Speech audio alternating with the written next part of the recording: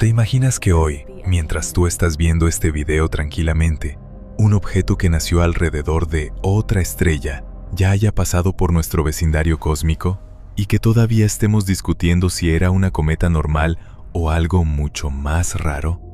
Te pregunto en serio, ¿tú sabrías notar la diferencia o te quedarías solo con el titular Interestelar y ya?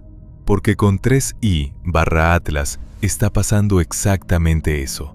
Datos reales, telescopios reales, científicos reales y al mismo tiempo una tormenta de teorías que van desde cometa típica hasta objeto anómalo.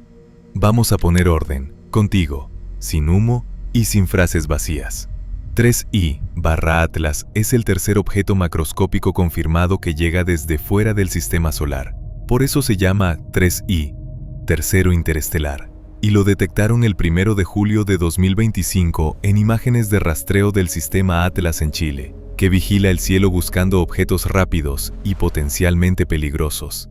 Lo primero que levantó las cejas fue su movimiento. No era el paso de un asteroide común, era un trazo rápido, raro, con una trayectoria que no encajaba con una órbita cerrada. ¿Y cómo se confirma algo así? Con matemáticas y con paciencia. Se recopilan posiciones del objeto durante días, se buscan observaciones previas, precovery, en imágenes antiguas, se suman medidas de muchos observatorios y se ajusta una órbita. Si el resultado da una excentricidad mayor que 1, ya no estás ante una elipse, estás ante una hipérbola, un camino de entrada y salida sin regreso.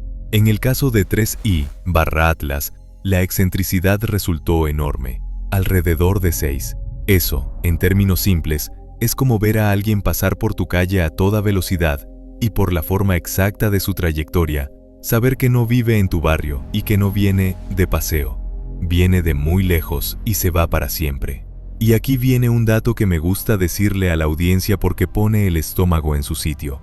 Su inclinación orbital es extrema, casi retrógrada respecto al plano de los planetas, cerca de 175 grados. Eso significa que entra casi al revés comparado con la mayoría de cuerpos del sistema solar.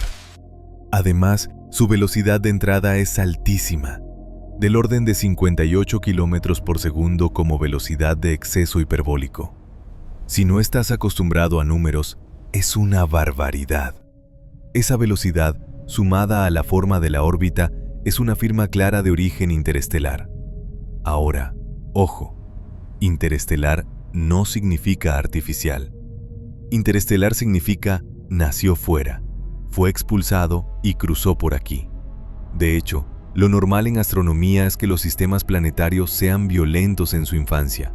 Planetas grandes se mueven, se empujan y expulsan cometas y asteroides hacia el espacio interestelar como si fueran chispas. Esas chispas vagan por la galaxia durante miles de millones de años. Y de vez en cuando, una cruza nuestra región.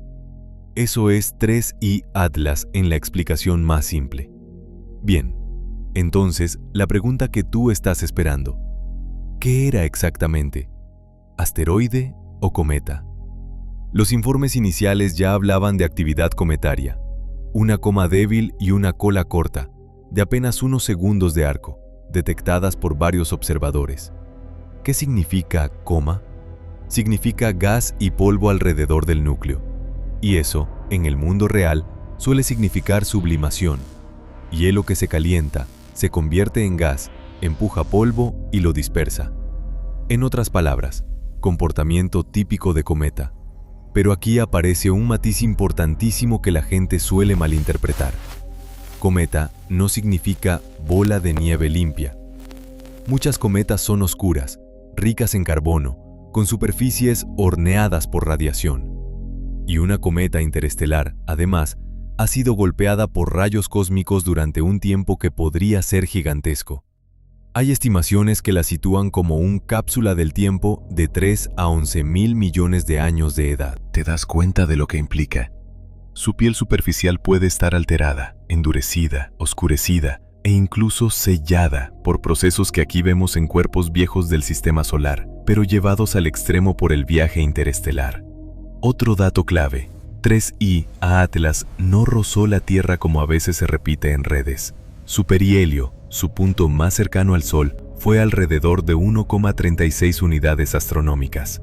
Eso es entre la órbita de la Tierra, 1 a 1, y la de Marte, 1,52 1 a 1. No es una visita a la puerta de casa, pero sido suficientemente cerca del Sol como para activar hielos y producir cola. Y ese encendido es crucial porque nos da una ventana de observación. Cuando una cometa se activa, te revela qué está expulsando. Ahora sí, ¿por qué algunos hablan de objeto anómalo? Primera razón, el brillo.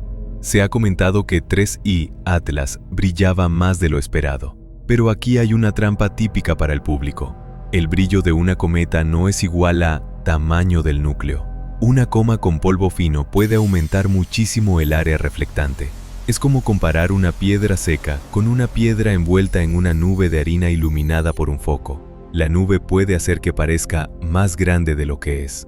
Por eso, cuando veas frases como albedo metálico, lo correcto es preguntar, ¿están midiendo el albedo del núcleo o el brillo total de la coma? Porque si mezclas eso, te engañas a ti mismo. Además, hay estudios térmicos que ponen límites. Para que la actividad de agua encaje con temperaturas razonables, el albedo no puede ser extremadamente alto. De hecho, se ha propuesto un límite superior alrededor de 0,2. O sea, no estamos hablando de un espejo perfecto. Estamos hablando de algo más bien oscuro, como muchas cometas. Segunda razón, la famosa aceleración no gravitatoria. Este es el punto donde mucha gente se emociona y dice, ¡motor! Pero vamos a ponerlo claro para ti, sin tecnicismos innecesarios.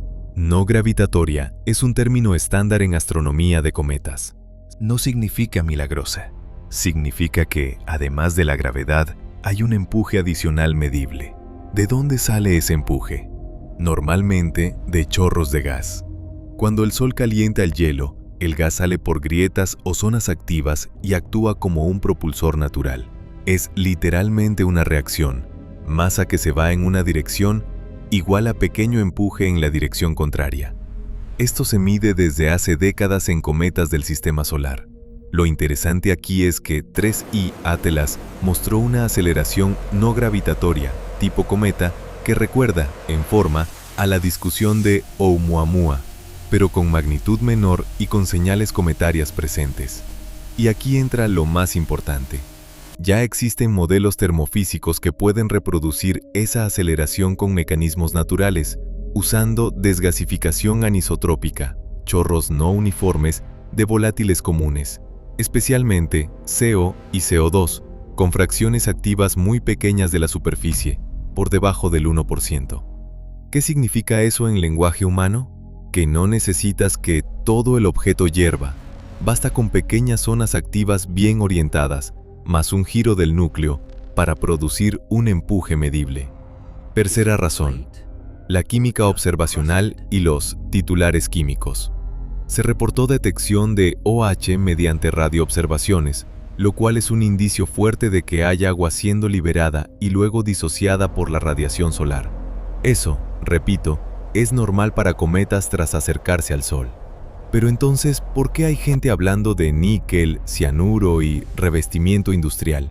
Porque Internet es muy bueno mezclando tres cosas. 1. Productos químicos reales que existen en cometas. 2. Interpretaciones preliminares o mal entendidas de espectros. Y 3. Narrativas atractivas. Para que tú tengas una regla de oro. En cometas sí pueden aparecer especies como cianuros simples en la coma, por ejemplo, CN, que es común en espectros de cometas. Y sí existen granos con metales, y sí hay silicatos, y sí hay química orgánica compleja. Eso no es industrial, es química espacial. La palabra industrial no es una medición, es una interpretación con carga emocional. Entonces, ¿dónde está la línea roja? ¿Qué tendría que pasar para que un astrónomo serio dijera, esto ya no encaja? Te lo digo como checklist, para que tú mismo puedas evaluar sin que nadie te manipule. Si vemos una aceleración sostenida sin ninguna evidencia de gas o polvo, ni en óptico, ni en infrarrojo, ni en radio, ahí sí hay un problema. Si la dirección del empuje cambia de manera incompatible con un patrón de chorros y rotación, también. Si el objeto muestra una estabilidad de giro imposible en presencia de desgasificación. Si el espectro sugiere materiales en proporciones absurdas para un cuerpo natural y además se repite en diferentes instrumentos y equipos independientes. O si aparecen emisiones electromagnéticas coherentes, repetibles, con patrones que no sean ruido ni interferencias. ¿Y ahora mismo? Ahora mismo, lo que tenemos encaja mucho mejor con una cometa interestelar activa, rara por su historia y por su viaje, sí, pero cometa al fin y al cabo. Y eso no es aburrido. De hecho, es brutal. Significa que estamos viendo material de otro sistema estelar, procesado por un viaje de miles de millones de años, reaccionando al Sol y dejándonos pistas químicas. Porque lo más valioso de 3I Atlas no es la fantasía del objeto artificial. Lo más valioso es que es una muestra natural de cómo son las cometas en otros sistemas. ¿Tienen el mismo tipo de hielos?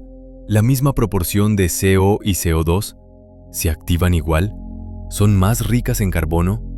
¿Su superficie está más cocinada? Cada una de esas respuestas cambia nuestra imagen de la galaxia. Y aquí te vuelvo a mirar a ti. ¿Lo ves? No es un cuento. Es un caso forense. Un expediente científico en tiempo real. Y por eso este tema está tan caliente, porque el objeto ya se está alejando y la ventana de observación se cierra. Lo que no midamos ahora puede que no lo volvamos a medir jamás. Así que te dejo con la pregunta que separa a los curiosos de los crédulos. Cuando 3I Atlas se pierda en la oscuridad y solo nos queden los datos, ¿qué va a pesar más? ¿Los números o los titulares? ¿Vas a quedarte con ¿suena raro? ¿O vas a exigir evidencia medible? Fuentes, no para la voz, solo referencia. MPS 2025 N12. Minor Planet Center. 3I Atlas igual C,2025 N1. Atlas. Archive 2511.07450. NEUCART 2025. Non-Gravitational Acceleration in 3I Atlas. Paper, preprint. Sobre perfiles térmicos de 3I Atlas 2025. Y límites de albedo, parámetros orbitales. Resumen divulgativo. IFL Science 2025 sobre aceleración no gravitatoria y actividad cometaria. ¿Vale? Ahora vamos a lo que de verdad separa un hilo viral de un documental. ¿Cómo se sacan conclusiones con datos cuando el objeto ya se está alejando y el tiempo de observación se te va de las manos? Primero, te hago una pregunta directa. Si tú estuvieras en un observatorio y te dijeran, es interestelar, ¿qué intentarías comprobar en la primera semana? Porque ahí está el punto. Con un visitante así, lo más peligroso no es que sea misterioso, sino que lo observes mal, lo etiquetes mal y luego construyas una historia entera sobre una base frágil. Por eso los equipos serios siguen un orden bastante claro. Lo más sólido es la dinámica. La órbita no depende de opiniones. Se mide posición tras posición contra el fondo estelar. Se ajusta una trayectoria y se mida si la solución es hiperbólica. Excentricidad claramente por encima de 1. Eso te dice, entra y sale, no está atado al Sol. Además, la velocidad de llegada, la velocidad de exceso hiperbólico, suele estar en decenas de kilómetros por segundo para interestelares. Es otra firma de que no viene de un barrio cercano del sistema solar. Aquí hay que entender algo.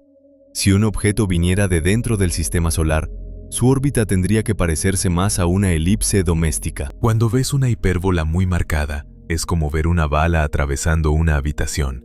No forma parte del mobiliario. Luego viene el brillo, y aquí empieza el caos.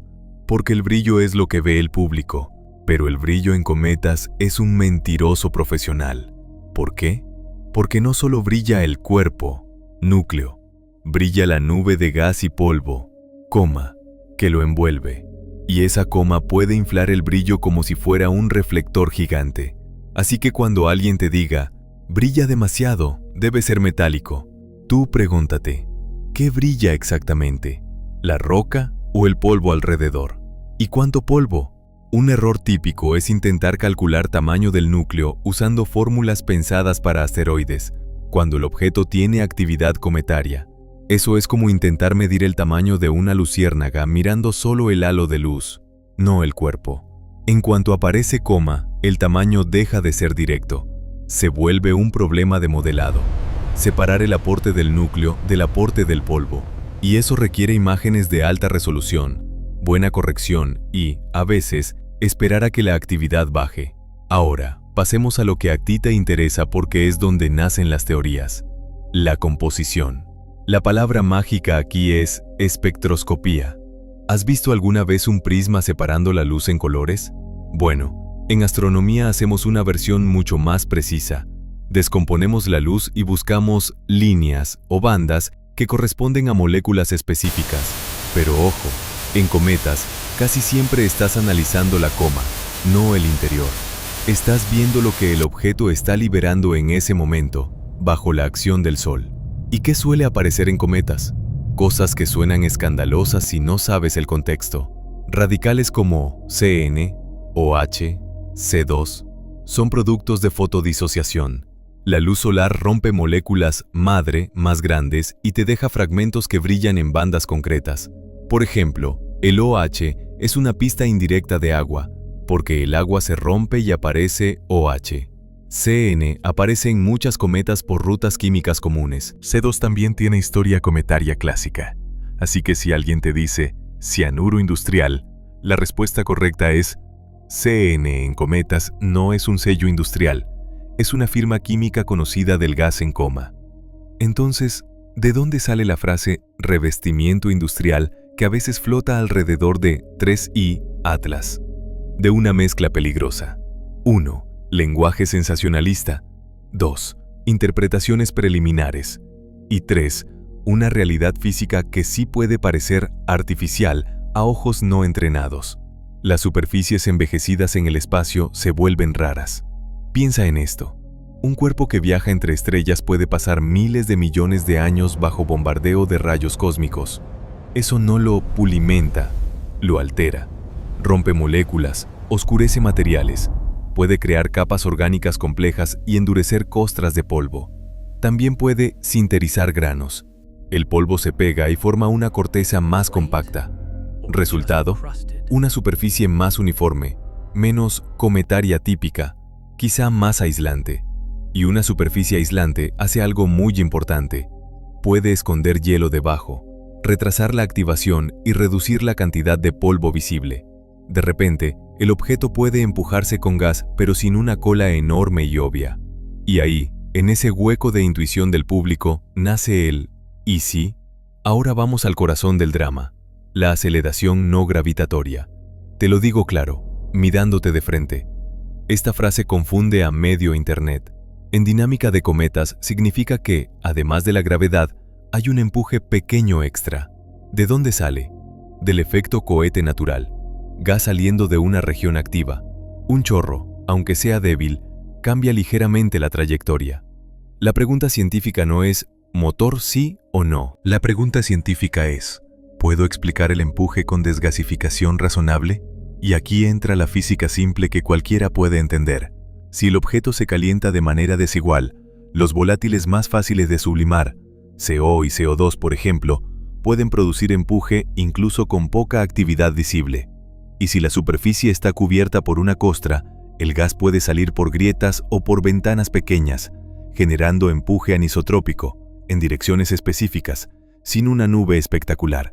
Además, si el núcleo rota, la dirección del empuje cambia con el tiempo, y eso se traduce en pequeñas correcciones en el ajuste orbital.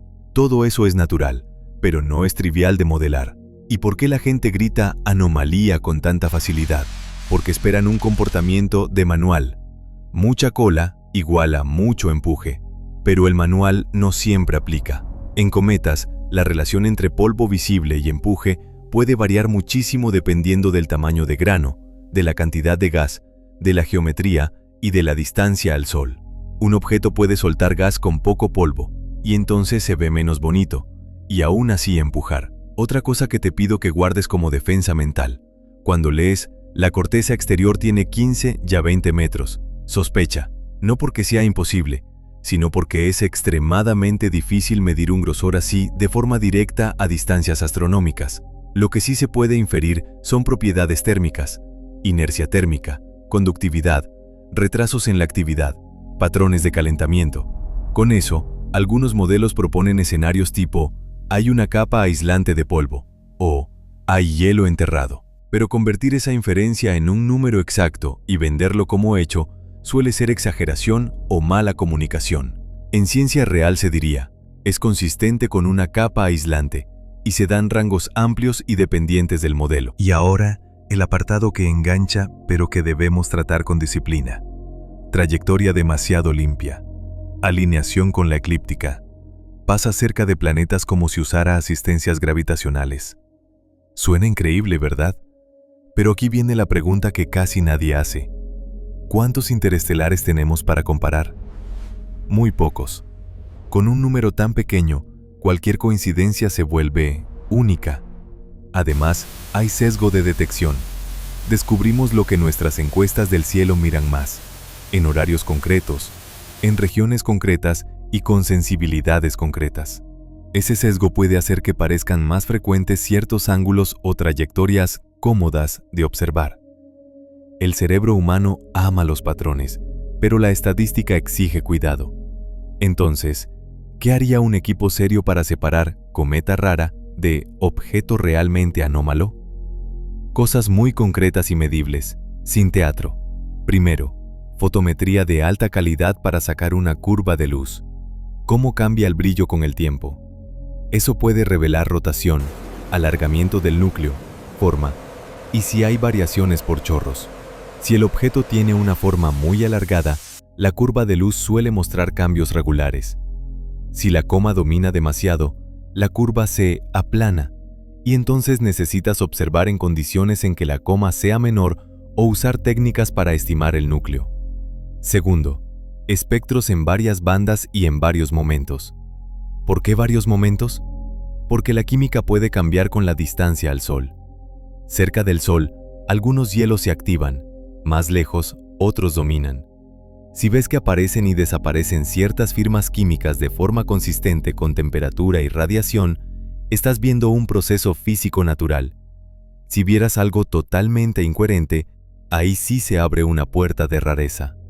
Tercero, intentar medir producción de gas, cuánto gas sale, y correlacionarlo con la aceleración. Si el empuje existe, debe salir masa. La pregunta es si esa masa es detectable. A veces lo es en radio, a veces en infrarrojo, a veces en óptico. Depende del gas y de la sensibilidad. Si hay empuje sostenido y no hay absolutamente nada detectable con múltiples técnicas, entonces empieza el verdadero problema. Cuarto, seguimiento del vector de aceleración, dirección y cambios. Un empuje por chorros debería correlacionarse con rotación y con iluminación solar. Si el empuje apuntara de forma imposible respecto al Sol o cambiara de forma no física, eso sería raro de verdad.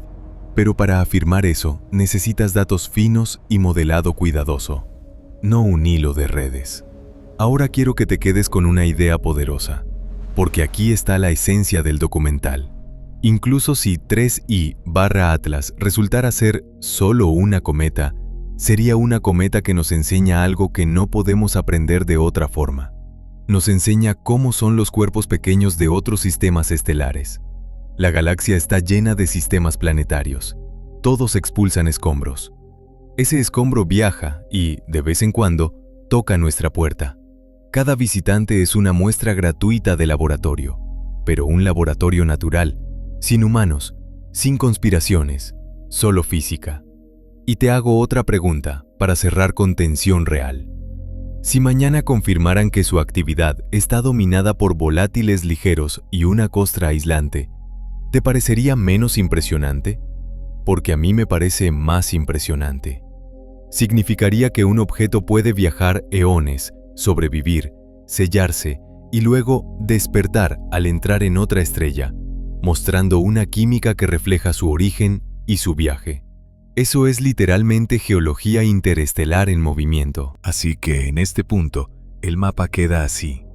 Lo interestelar está bien sustentado por dinámica. La apariencia y el brillo se pueden explicar por coma y polvo. La química extraña muchas veces es química cometaria mal interpretada. La aceleración no gravitatoria tiene explicaciones naturales plausibles, pero requiere buena correlación con producción de gas y rotación. Y lo que la gente llama industrial puede ser, sencillamente, envejecimiento extremo por radiación y formación de costras. Y ahora dime, aunque sea en tu cabeza, ¿qué te inquieta más? ¿Que sea un objeto artificial o que la naturaleza pueda fabricar cosas tan raras que parezcan artificiales? Porque esa segunda opción, si lo piensas, también da miedo. Y a la vez, es exactamente lo que hace al cosmos irresistible. Y entonces, ¿qué pasó después del sobrevuelo? ¿Se cayó la teoría del objeto anómalo? ¿O, al contrario, aparecieron señales nuevas que dejaron a la gente con la ceja levantada? Vamos a cerrar este caso como se cierra un buen expediente, con lo que sí sabemos, lo que todavía no se puede afirmar y las preguntas que quedan abiertas cuando el objeto ya se está yendo. Primero, pon los pies en la realidad. 3I/Atlas no pasó rozando la Tierra. Su acercamiento fue seguro y lejano, del orden de 1,8 unabasutarias, unos 270 millones de kilómetros. Eso es muchísimo. A esa distancia no hay peligro, no hay impacto, no hay mitad del planeta borrada. Hay observación con telescopios, que es otra cosa, y aún así, para astronomía es una oportunidad enorme, porque un visitante interestelar no te da muchas segundas oportunidades. La ventana importante, en realidad, fue doble: su paso por el entorno terrestre para geometría de observación y, sobre todo, su paso por el punto más cercano al Sol, a finales de octubre de 2025, alrededor de 1,4 unabasutarias, justo por fuera de la órbita de Marte. ¿Por qué ese punto es clave? Porque ahí el Sol enciende al cometa, sube la actividad, aumenta el gas y el polvo, y por fin puedes medir mejor qué está soltando y cómo responde su núcleo al calentamiento. Y aquí viene el dato que, para mí, es el más valioso del después. Empezaron a aparecer observaciones que, en vez de alimentar el misterio artificial, alimentaron algo mucho más interesante: la física real de un cometa interestelar. Se registraron chorros, jets y estructuras en la coma que mostraban un comportamiento raro pero explicable. Un bamboleo periódico, como si el chorro estuviera montado sobre un cuerpo que rota y cambia su orientación. Y eso no es magia, eso es el núcleo girando, con regiones activas que apuntan en direcciones diferentes según la rotación. En observaciones durante decenas de noches, julio a septiembre, se reportó ese wobble alrededor de cada 7 horas y 45 minutos, lo que encaja con una rotación del orden de unas 15 horas y media si el patrón se repite 2 veces por giro completo. ¿Te das cuenta de lo que significa? No es un empuje perfecto y misterioso. Es un cuerpo real, irregular, con actividad localizada, comportándose como cometas. Y todavía más. Se habló de un anti-tail, una cola hacia el Sol. Cuando la gente oye eso, imagina ciencia ficción. Pero en cometas existe un fenómeno conocido. A veces vemos una estructura que parece apuntar hacia el Sol por pura geometría y distribución de polvo, especialmente cuando la línea de visión y el plano orbital se alinean de cierto modo. Es raro, sí. Es llamativo, sí. Pero no es un sello de artificialidad. Es una combinación de partículas, tamaños de grano, perspectiva y tiempo. Ahora tú me dirás, vale, pero ¿y lo de la aceleración no gravitatoria? ¿Y el brillo raro? ¿Y toda esa narrativa de revestimiento? Aquí es donde hay que hablar como documental serio, con bisturí. Aceleración no gravitatoria. En un cometa, el motor natural son los chorros. Si 3I/Atlas mostró actividad y jets, eso ya te da un mecanismo directo para empujes pequeños. ¿Qué vuelve difícil el tema? Cuantificarlo bien. Necesitas medir producción de gas, distribución de polvo y cómo cambia con la distancia al Sol. Pero la presencia de jets y una rotación medida por patrones en la coma va en la dirección de una explicación natural, no en la dirección de propulsión inteligente. Brillo demasiado alto. Aquí te pido que hagas el ejercicio mental de detective. Un cometa no es una esfera pulida, es un núcleo más una nube. La coma puede multiplicar el brillo y hacer que la gente confunda brilla mucho con es grande o es metálico. Sin separar núcleo y coma, el brillo es un dato que se puede malinterpretar muy fácil. Por eso los equipos serios intentan observar con instrumentos diferentes y en momentos diferentes, para aislar mejor el núcleo o, al menos, acotar rangos. Revestimiento industrial y química tipo níquel-cianuro. Aquí es donde se suele mezclar verdad con narrativa. En cometas se pueden detectar radicales y especies químicas que suenan feas. CN, por ejemplo, es clásico en espectros cometarios.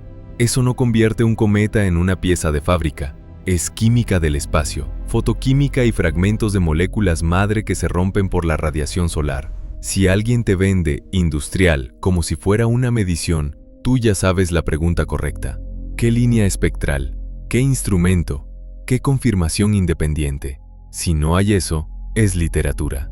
Entonces, ¿qué queda como misterio real y qué queda como misterio inflado? El misterio real, el que vale tu tiempo, es este. ¿En qué se diferencia 3I Atlas de los cometas de nuestro sistema solar?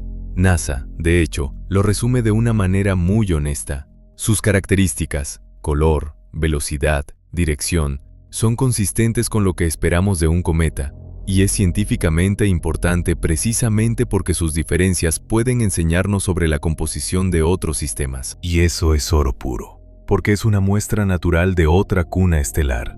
Preguntas científicas potentes que sí se pueden trabajar con datos. La mezcla de hielos, CO, CO2, H2O, ¿se parece a la de cometas locales o cambia de forma significativa? ¿Qué tan procesada está su superficie por radiación cósmica? ¿Tiene una costra aislante más eficiente? ¿Su actividad libera más gas que polvo o más polvo que gas? Eso cambia la lectura del brillo y del empuje.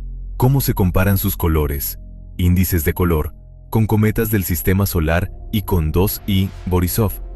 La rotación y la evolución de los jets sugieren un cuerpo frágil o un núcleo más compacto. Ahora viene la parte que a ti te interesa para enganchar a la audiencia sin mentir. ¿Se puede contar esto de manera inquietante y emocionante sin inventar pruebas? Sí, y te doy el enfoque exacto que funciona en YouTube. No vendas aliens, vende una prueba que podría haber sido alien, pero no lo es, y eso es aún más inquietante. Porque piensa en esto. Lo realmente perturbador es que la naturaleza, sin intención, puede fabricar objetos tan raros que nuestra mente los confunde con tecnología. Un cometa interestelar envejecido puede parecer demasiado uniforme. Un patrón de empuje puede parecer demasiado limpio si no entiendes chorros y rotación. Una cola rara puede parecer dirigida si no entiendes geometría. Y cuando no entendemos, el cerebro inventa. Entonces el final del documental debería dejarte a ti y a tu audiencia con un cierre poderoso y honesto. Hoy, 3I Atlas se va. Sale del sistema solar y se convierte otra vez en un punto perdido. Pero se lleva algo nuestro.